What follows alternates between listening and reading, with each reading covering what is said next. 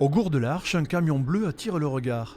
Pour les habitants du quartier, il s'agit d'un nouveau point de rendez-vous important, contrôler et si besoin corriger sa vue. Pour Férouz, tout commence par un premier test dans la permanence. Là, vous voyez un petit peu. La suite se passe dans le véhicule face à l'ophtalmologiste. Tenez ça comme ça. Là, vous voyez un peu là. Je vois que dalle. Vous aviez des lunettes déjà Oui, à l'âge de 16 ans. Je Oui. n'ai pas remis depuis. Oui. Et maintenant, vous sentez que... Je n'y vois pas de loin, Oui, mais vraiment pas de loin. c'est du dépistage. Il n'y a pas d'ordonnance. Parce que en tant que médecin retraité, on n'a pas le droit de délivrer d'ordonnance. Donc nous, on a uniquement un rôle de conseil. Elle le sait qu'il lui faut des lunettes, cette dame. Depuis bien longtemps, elle le sait. Mais le fait d'être passé là, ça va peut-être la motiver à aller chez l'ophtalmo. Totalement gratuit, cet examen de la vue devrait inciter Férouz à aller s'équiper au plus vite.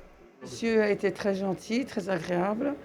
J'ai écouté ses conseils et en sortant, je vais vite voir un ophtalmo pour faire mes yeux. Parce que sinon, je risque de devenir aveugle.